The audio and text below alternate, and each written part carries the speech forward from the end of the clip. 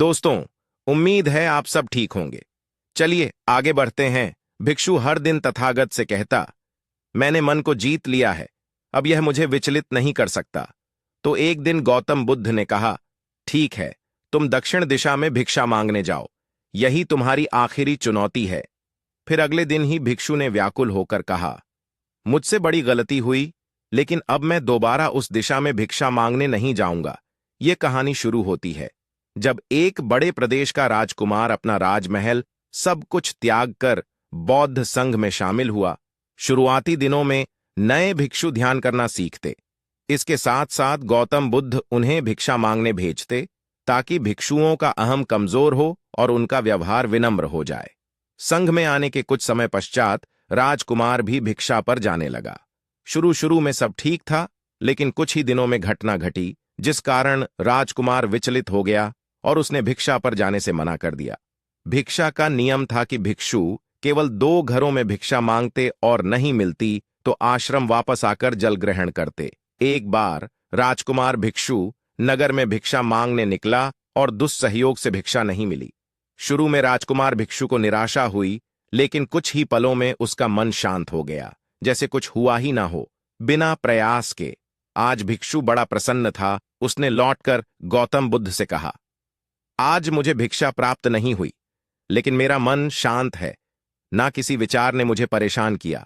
गौतम बुद्ध भिक्षु की सारी भावनाएं समझ रहे थे। तथागत ने कहा, अच्छी बात है, अब तुम कल महल की तरफ भिक्षा मांगने जाना। भिक्षु ने आज्ञा का पालन किया और अगले दिन भिक्षा मांगने निकल गया। कुछ देर बाद जब भिक्षु महल के आगे से गुजरा तो उसे अपना महल याद आ गया कि कैसे वह ऐशो आराम का जीवन जीता था। भिक्षु ने सोचा, महल में खाने को स्वादिष्ट पकवान मिलते और सेवा करने को कई नौकर होते और सभी प्रकार के सुख मिलते। ऐसा सोचते सोचते भिक्षु के मन में इच्छा हुई कि आज बढ़िया भोजन मिल जाए। तभी भिक्षु सचेत हो गया कि यह सब अतीत की स्मृतियां हैं और मैं केवल इन्हें देख रहा हूं। पुरानी यादों के ताजा होने से मन में कुछ इच्छाएं प्रकट हो रही हैं। यह भी मैं केवल देख रहा हूं। अगर मैं इन शारीरिक इच्छाओं को पूरी करने की लालसा रखूं तो मैं मन की शांत और यह जागृत अवस्था खो दूंगा।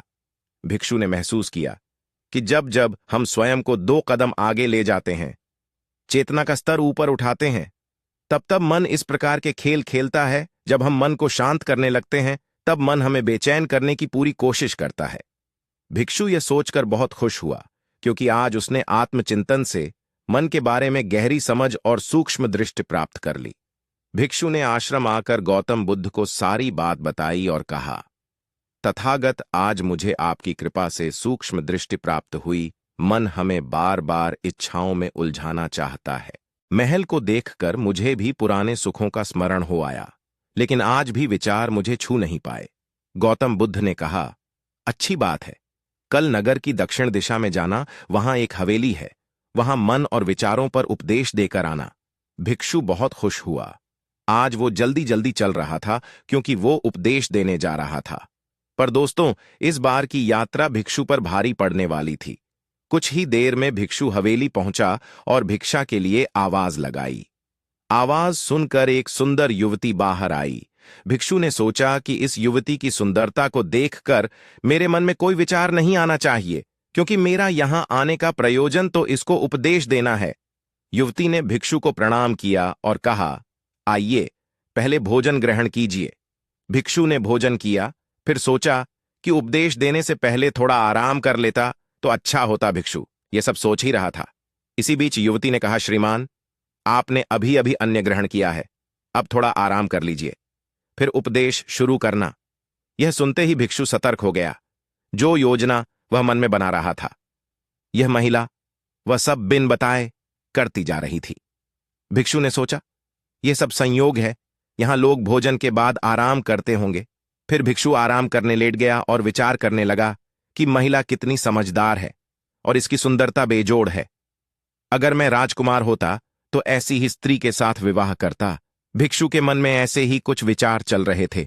इतने में युवती फिर से आई और बोली, अगर आप राजकुमार होते तो मुझे उपदेश कैसे रहते भिक्षु जी? आप तो मुझे उपदेश देने आए थे ना। युवती का इतना कहते ही भिक्षु को स्पष्ट हो गया कि युवती तो मन पड़ सकती है।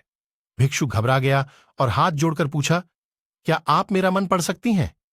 युवती ने कहा, क्षमा कीजिए, ध्यान करते करते मेरा मन शांत हो गया है, इसलिए बड़ी आसानी से मुझे दूसरों के विचार अपने आप महसूस हो जाते हैं, उनकी भावनाएं समझ आ जाती हैं। जब भिक्षु ने सुना तो उसके पैरों तले जमीन सरक गई। फिर बिना कुछ बोले भिक्षु तत्काल आश्रम की ओर चल पड़ा। रास्ते में चलते हुए भिक्षु का दिमाग फटा जा रहा था। उसकी बेचैनी बढ़ गई थी। भिक्षु खुद को कोसने लगा कि मेरे मन में युवती के लिए ऐसे विचार क्यों आ रहे थे। उसने मेरे बारे में क्या सोचा होगा? अगर यह बात लोगों को पता चलेगी तो लोग भिक्षुओं और संघ के बारे में क्या सोचेंगे? आज भिक्षु बहुत लज्जत महसूस कर रहा था और वह थोड़ी ही देर में आश्रम पहुंच गया। जब भिक्षु गौतम बुद्ध के सामने पहुंचा तो तथागत ने देखा कि उसके चेहरे की रौनक जा चुकी है। दोनों कंधे झुके हुए थे। भिक्षु ने बुद्ध से कहा, अब मैं कभी भिक्षा के लिए नहीं जाऊंगा। तथागत ने कहा, पहले आराम से बैठो, फिर मुझे बताओ कि तुम्हारी चाल में इतनी थकान क्यों है? आज तुम्हारे चेहरे पर तेज की जगह ग्लानि की भावना क्यों है? भिक्षु ने सारी बात बताई और कहा, मैं सब कुछ जानते हुए भी महिला की सुंदरता के बारे में और अन्य चीजों के बारे में सोच रहा था। मैं मन से पूरी तरह हार गया। अब मैं कभी उस दिशा में नहीं जा पाऊंगा। मैंने बौद्ध संघ का भारी अपमान किया है। गौतम, बुद्ध ने कहा, सबसे पहली बात, परेशानी को बढ़ा चढ़ाकर मत सोचो। अगर कुछ बुरा हो जाए तो एकदम से यह मत सोचो कि सब खत्म हो गया। बिना सोचे निष्कर्ष पर मत जाओ। दूसरी बात, ध्यान दो कि कहीं तुम नकारात्मक विचारों के साथ अतिशयोक्ति करने वाले शब्दों का प्रयोग तो नहीं कर रहे। जैसे मैं हमेशा हारता हूं, जीवन में कुछ नहीं बचा। मैं मन से पूरी तरह हार गया। मेरे साथ कोई नहीं है, क्योंकि ऐसा करने से मन अति भावुक और विचलित हो जाता है और नकारात्मक विचारों के चक्र में फंसा रहता है। तथागत के शब्दों से राजकुमार भिक्षु के मन को सांत्वना मिली। भिक्षु ने पूछा, अगर मैंने अपने मन को जीत लिया था तो फिर मन ने मुझे परेशान क्यों किया? गौतम बुद्ध ने कहा, सबसे पहले यह समझो कि विचार पैदा कैसे होते हैं। पहले बाहर कुछ हुआ, फिर उस घटना के प्रति अंतर्मन ने प्रतिक्रिया की। इस कारण शरीर में भावना या सनसनी पैदा हुई। फिर इस सेंसेशन या फीलिंग के प्रति तुम्हारे सचेत मन ने यानी कॉन्शियस माइंड ने प्रतिक्रिया की। इस आखिरी स्टेप को हम विचार कहते हैं। भिक्षु ने पूछा, हमको परेशान करने की विचारों में इतनी शक्ति आती कहां से है? गौतम बुद्ध कहते हैं कि हम खुद विचारों को यह शक्ति प्रदान करते हैं। जब आप जजमेंट और सही गलत के टैग लगाकर विचारों को देखते हो तो उनके प्रति रिएक्ट करने लगते हो। एक विचार के साथ अन्य विचार भी सोचने लगते हो। जब तक आप खुद को जज करोगे तब तक मन आपको नीचा दिखाकर हावी होता रहेगा। भिक्षु ने पूछा, फिर मन शांत कैसे होगा?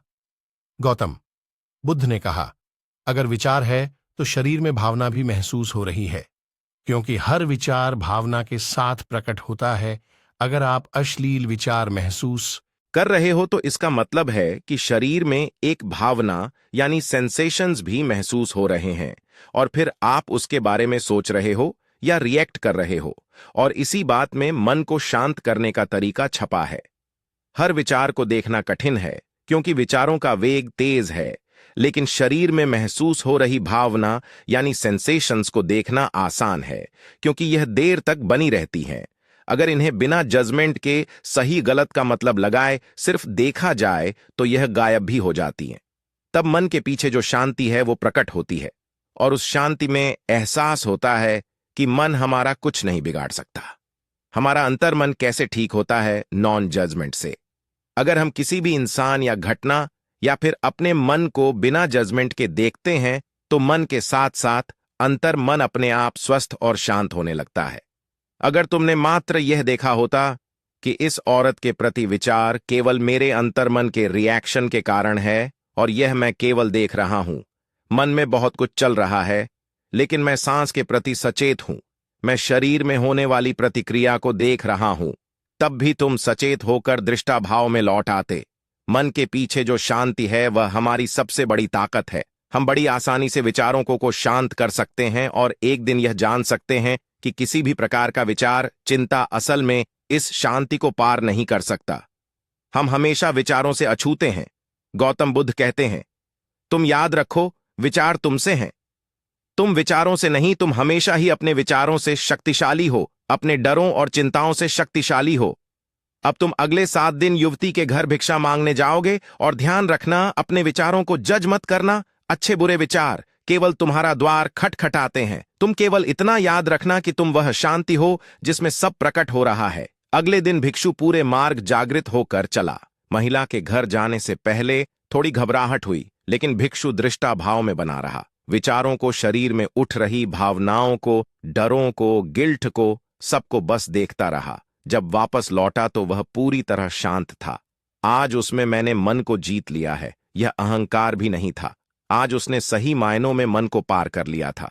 दोस्तों, आपको ये वीडियो पसंद आई हो तो इसको लाइक करें और चैनल को सब्सक्राइब करें। धन्यवाद।